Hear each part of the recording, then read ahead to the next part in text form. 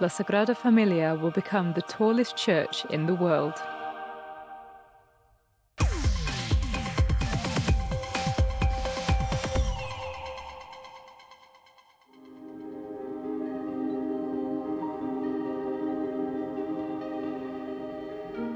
Stretching over 40 kilometres, this port is by far Europe's largest.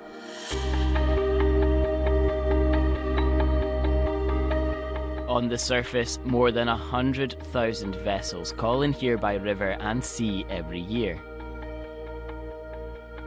But we're here to talk about what's happening below ground, an ambitious project to lay a network of pipes to take CO2 out to disused gas fields in the North Sea.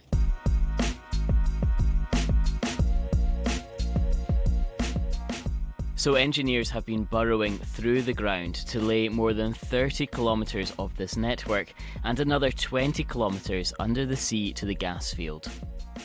It isn't an easy task, no. It's a big project in a port that is already congested in the ground with pipelines. So it's quite difficult to find your space where you have to put your pipeline. The idea is that instead of CO2 going into the atmosphere where it contributes to climate change, it's captured from industrial sites around the port and sent 3 kilometres down under the seabed to be stored. It is permanent, it will stay there forever? It will stay there forever, at least that's the purpose at this moment. This part of CO2 is not destined to be reused in a later stage. I don't know what the effect will be if you have CO2 under the ground for a number of years. It could also be that it in some way connects, calcifies with the rocks around it.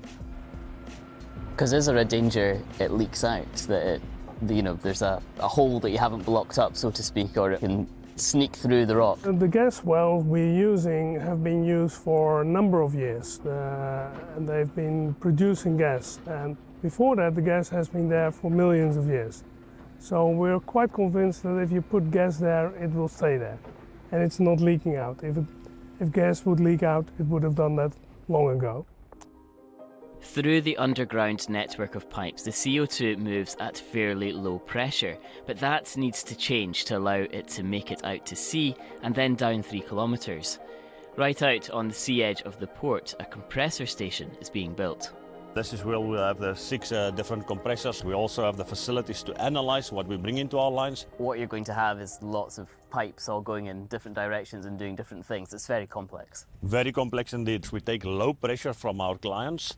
We ramp it up into a higher pressure to get enough pressure through to bring it into the gas wells offshore.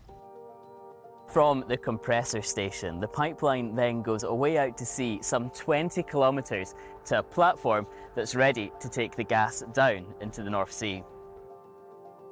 For this part of the project, the team are reverting a platform that used to extract gas from the wells. The Port of Rotterdam owes its size to the oil and gas sector, an industry that has had a significant impact on our planet. While this project has the backing of government and the European Union, there are those who worry carbon capture and storage simply allows the oil and gas industry to keep drilling. There are, of course, those who say it's only a small amount of CO2, it's only a fraction of the problem that you're actually going to solve with this, or indeed that it might encourage some of these producers to keep using fossil fuels and kind of having harmful practices. I think what you see is that Porthos is the first of its kind, but not the last project. There are other projects also in the Netherlands that probably multiply by 10 the amount of volume of CO2 that we can do. So I think it's a start, and yes, it's not sufficient. We can do more, and we should do more. And at the same time, it's a temporary solution. We have to be very clear about that. The storage amount is limited. We have to convert to other technologies, but we're not there yet. It will take around 15 years to fill up the gas field being used for this project. It's a costly test case, but if it proves a success, there are already plans for more pipelines like this to be built.